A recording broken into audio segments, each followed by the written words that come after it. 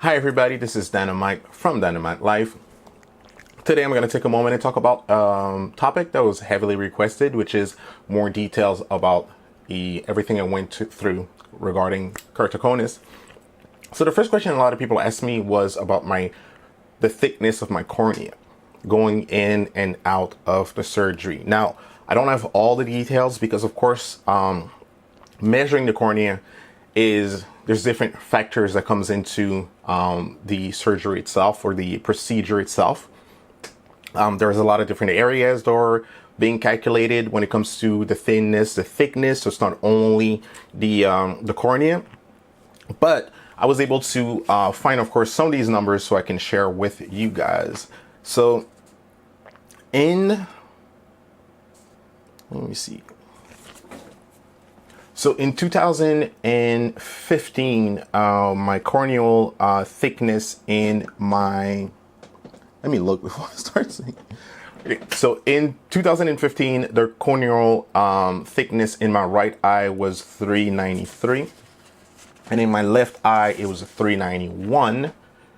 Fast forward to 2017, where my central corneal thickness was at 366. And the same thing for the other eye was at 376. So basically my left eye was at 366, my right eye was at 376.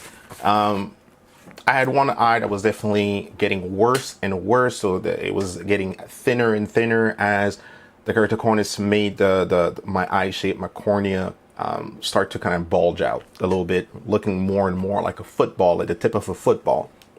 So what we had to do with that is after the surgery, we kept having, meetings with my doctor. Some people asked me, where did I get the corneal transplant done and when did I got the cross-linking done? It was at two different places. I got the cross-linking done between 2015 and 2017. It was done at a private doctor. Cost me, some money.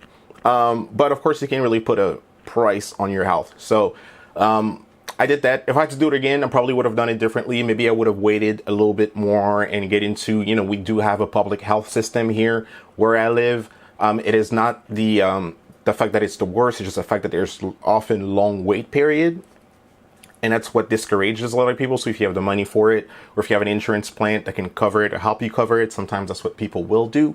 But that's what I did for the cross-linking. When it comes to the corneal transplant, I went to go see a doctor. I wanted to go see a professional, someone that really was an expert in that particular topic. I found someone that was actually a doctor that not only does the surgery, but also that did the follow-ups and everything. She's very capable.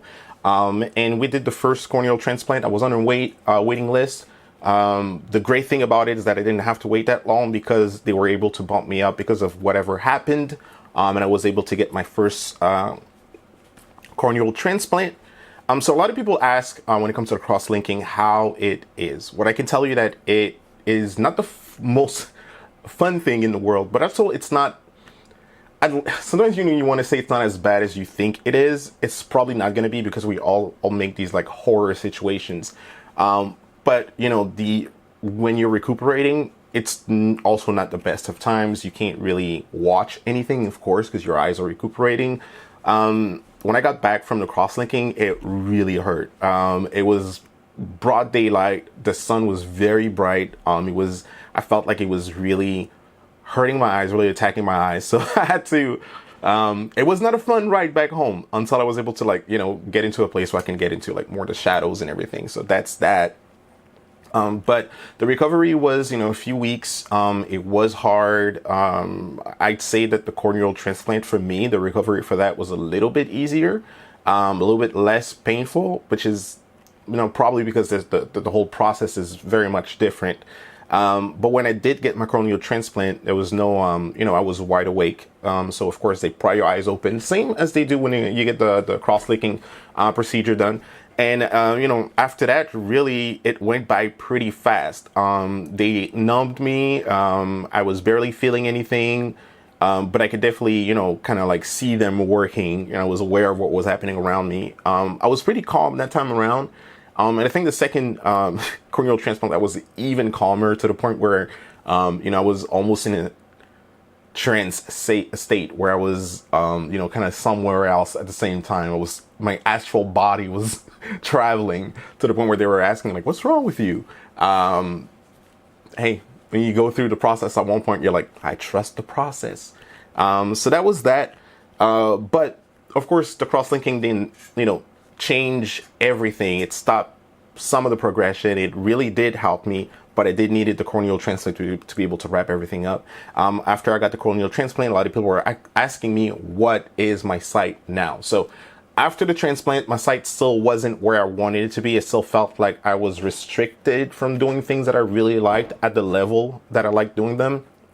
So I went back. I had a quick, kind of like it's a laser procedure. I'm not sure exactly how it's called. We'll might touch on it, and somebody has more questions about that.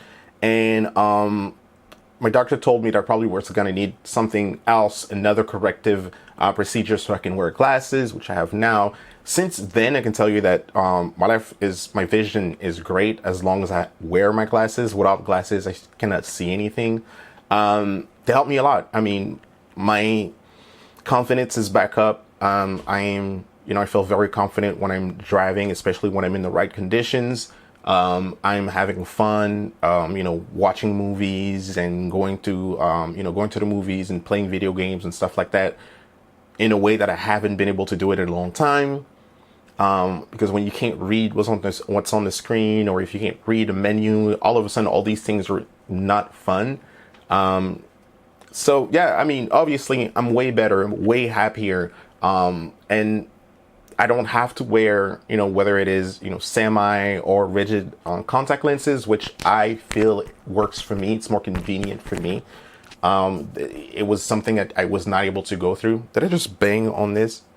It was more convenient for me. So yeah, that's why I did it. So I think we all have different choices. A lot of people feel very comfortable with the contact lenses. That's all they need. Some people don't want to wear glasses, so I definitely understand that. It's subtle. You wear your contacts, no one knows. But for me, yeah, glasses work. And I forget about them. You shop around, get glasses, they're very comfortable. I wear them and I fall asleep with them. I forget I have them on. They're that comfortable. So I got no problem with that. That being said, I hope that it answers a couple of your questions. I'm pretty sure you'll have more questions, so post them down in the comment box below. And meanwhile, stay healthy, think about you, and try to share some happiness to the others around you. If you think this video can help someone, please share that with them. And meanwhile, once again, have a good one.